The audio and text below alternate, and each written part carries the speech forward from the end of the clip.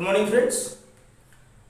हम अपने last video में प्रशासनिक विधि के उद्भव के और विकास के बारे में बताया, जिसमें कि हम इंग्लैंड के बारे में हमने चर्चा करी। इंग्लैंड में लगभग 20वीं शताब्दी में प्रशासनिक विधि का उद्भव माना जाता है। आइए हम संयुक्त राज्य अमेरिका में एवं फ्रांस में प्रशासनिक विधि के उद्भव की बात करते हैं। अमेरिका में प्रशासनिक विधि उतना ही पुराना माना जाता है जितना कि अमेरिका का शासन, अमेरिका की सरकार। प्रशासनिक विधि जो है अमेरिका में उतना ही पुराना है, बावजूद उसके भी इसका तीव्र विकास इंटर स्टेट कॉमर्स एक्ट 1987 के पास होने के बाद हुआ। जो इंटर स्टेट कॉमर्स एक्ट 1987 में पास किया गया, उसके बाद से प्रशासनिक विधि का जो तीव्र विकास हुआ ये माना जाता है। सन 1893 में फ्रैंक गुडनो की जो तुलनात्मक विधि प्रकाशित हुई वहाँ से, जबकि 1911 में फ्रैंक की जो फ्रेड की जो एक बुक थी, उनके बुक का नाम था case book of the administrative law. Case book of the administrative law में जो प्रकाशित किया गया, प्रशासनिक विधि की महत्ता इलिहू रूट द्वारा सन 1916 में महसूस किया गया। एक इलिहू रूट 1916 में पास किया गया। यह एक प्रकार का मैगजीन है, इलिहू रूट 1916। जब इसे पास किया गया, इसे प्रकाशित किया गया, तब ये माना गया कि वास्तव में प्रशासनिक विधि बहुत जरूरी है, इसका एक अलग महत्व है, ये आवश्यक है। आइए हम आगे बात करते हैं फ्रांस के बारे में। फ्रांस में जो आपका प्रशासनिक विधि उद्भव हुआ या अपना अस्तित्व बनाया हुआ है, तो फ्रांस में प्रशासनिक विधि को ड्रायट एडमिनिस्ट्रेटिव के रूप में जाना जाता है। ड्रायट एडमिनिस्ट्रेटिव, फ्रांस में ड्रायट एडमिनिस्ट्रेटिव के रूप में प्रशासनिक विधि को एडमिनिस्ट्रेटिव के रूप में माना जाता है। ऐसा कहा जाता है कि जो फ्रांस की प्रशासनिक विधि है उसको ड्रायट एडमिनिस्ट्रेटिव के रूप में मानते हैं। इसका अर्थ यह है नियमों के उस निकाय से समझा जाता है। इसका अर्थ नियमों के उस निकाय से समझा जाता है जो लोक प्रशासन के संगठन, शक्ति एवं कर्तव्यों का विनिश्चय करता है, जैसा कि प्रशासनिक विधि की परिभाषा में बताया जा चुका है।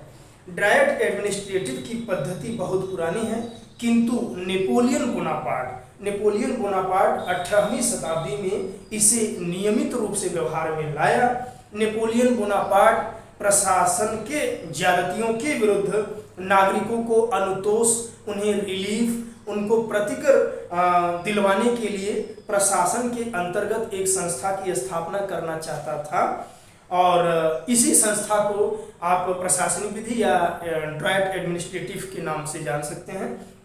इस उद्देश्य को प्राप्त करने के लिए जो नेपोलियन बोनापार्ट था उसने काउंसिल डी एटेट की स्थापना की 1799 में, और इसका प्रमुख उद्देश्य यही था कि प्रशासनिक विधि में जो आने वाली जटिलताएं हैं उनको दूर करना है।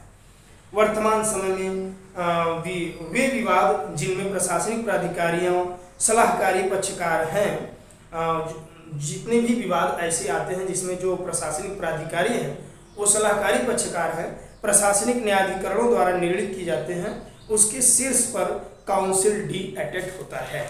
तो ये आपके प्रशासनिक विधि के उद्भव और विकास के बारे में छोटा सा वीडियो सेशन रहा। आगे हम कुछ प्रशासनिक विधि के महत्वपूर्ण सिद्धांत के बारे में बात करते हैं।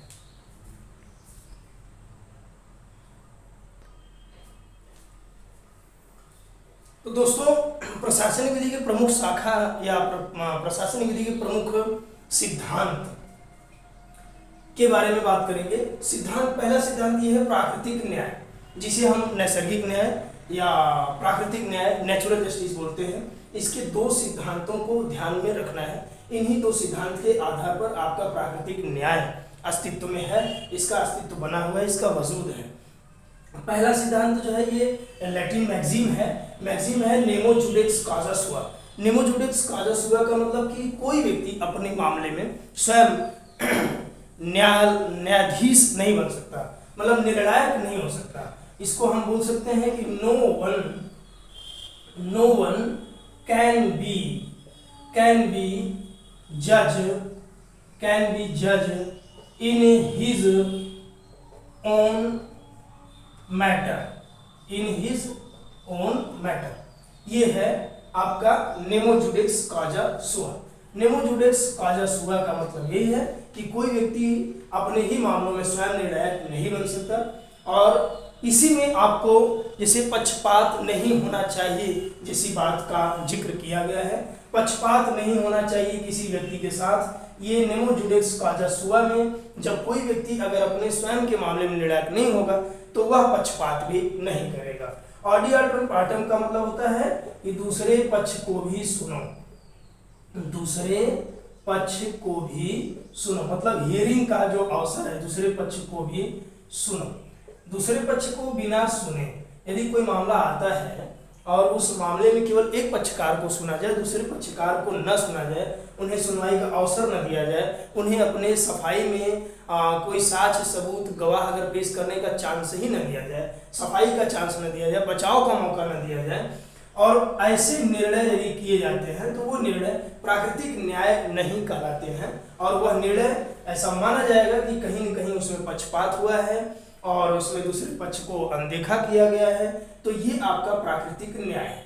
यदि प्राकृतिक न्याय वास्तव में हुआ है तो यह माना जाएगा कि न्याय सिर्फ होना ही नहीं चाहिए, न्याय दिखना भी चाहिए। अगला सिद्धांत ये है विधि का शासन। विधि का शासन जो है तीन बातों पे मुख्य रूप से माना जाता है। विधि का शासन जो है यह इंग्लैंड में जन्म लिया और इसके जो जनक हैं उनका नाम है डायसी। इनका पूरा नाम है A.V. डायसी। A.V. डायसी महोदय इसके जनक माने जाते हैं। इन्होंने विधि के शासन को महत्व दिया। इनका मानना यह है कि किसी भी सरकार को या किसी भी देश को चलाने के लिए विधि को सर्वोच्च होना चाहिए, विधि की सर्वोच्चता होनी चाहिए। कुछ भी कोई अगर निर्णय लिया जाता है या कोई शासनात्मक या अनुशासनात्मक कार्यवाही किया जाता है या किसी भी प्रकार के रूल्स बनाए जाते हैं, रेगुलेशंस बनाए जाते हैं, तो उन सब के ऊपर यानी कि सब पर विधि का शासन होना चाहिए। तो विधि के शासन में विधि की सर्वोच्चता को महत्व दिया गया कि विधि सर्वोच्च होनी चाहिए।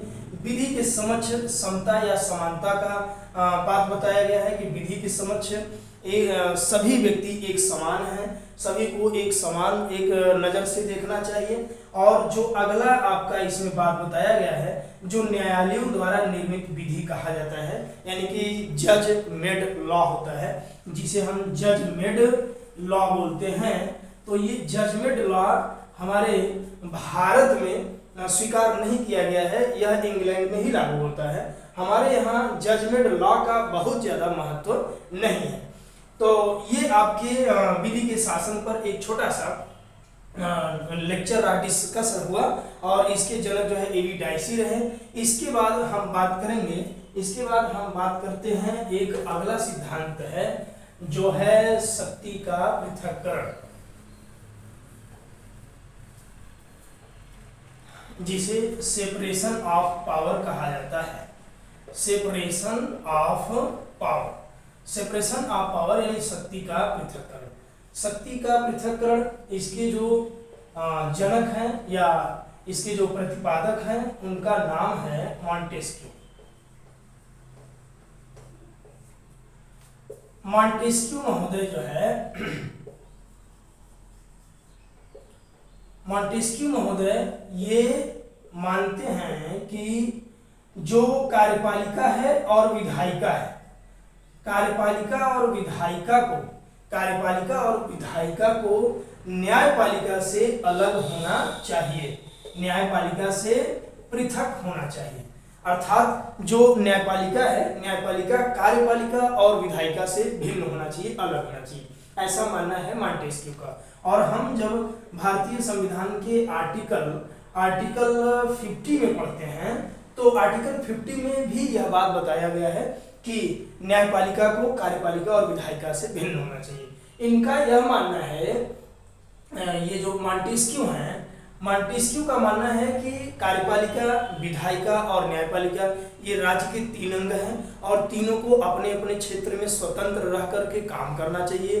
तीनों का जो शक्ति है, शक्तियों का बंटवारा होना चाहिए और कोई एक व्यक्ति अगर चाहे, जैसे एक ही शासक या एक ही प्राधिकारी चाहे कि वह न्यायपालिका में भी रह ले और कार्यपालिका में भी रहे और विधायिका में रहे, तो इस तरह से नहीं होना चाहिए या इस तरह की जो व्यवस्था है वो कहीं न कहीं मनमानापन को या निरंकुशता को बढ़ावा देता है।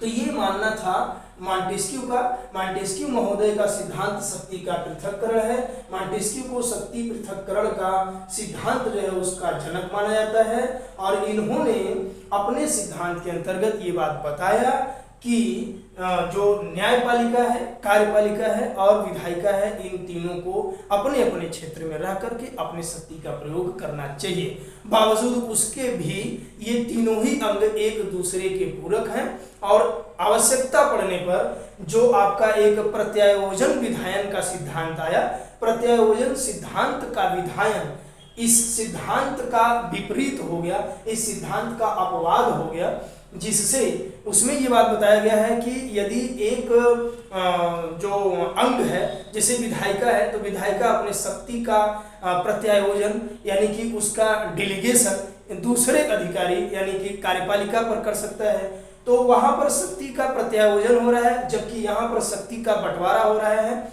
तो आप यह कह सकते हैं कि शक्ति के पृथक्करण का जो अपवाद है वह प्रत्यायोजन विधायन है।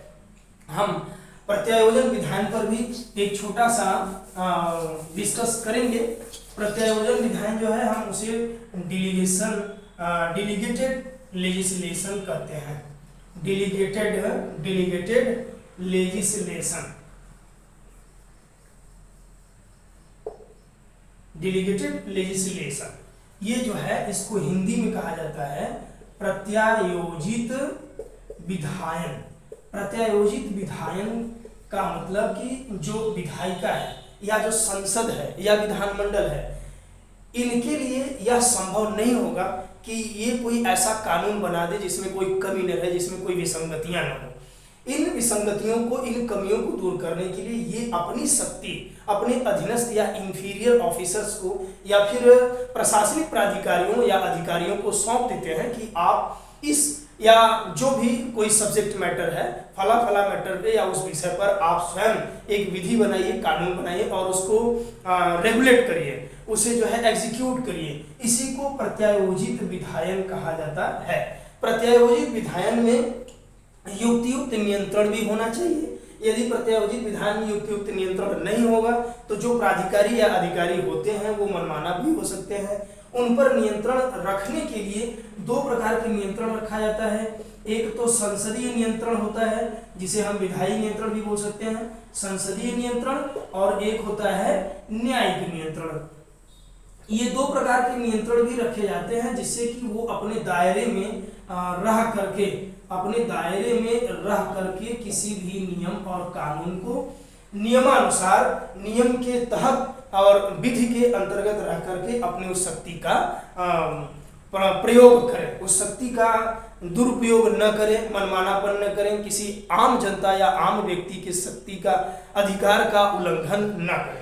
तो ये न्यायिक नियंत्रण में जो न्यायालयों या जजों के माध्यम से नियंत्रित किया जाता है उसे हम न्यायिक नियंत्रण बोलते हैं। और जो संसदीय नियंत्रण है यानी कि जो विधायिका या विधायन खुद इन्हें अपनी शक्ति को सौंपा हुआ है, उसे भी यह शक्ति होती है कि स्वयं उन पर नियंत्रण अपने अकॉर्डिंग रख सकता है, कर सकता है। तो दोस्तों ये कुछ महत्वपूर्ण सिद्धांत है प्रशासनिक विधि के, इसे आप देखिए। निश्चित रूप से आपके एग्जाम्स में ऐसे प्रश्न आते हैं जो आपको काफ़ी हेल्प पहुंचाएगा।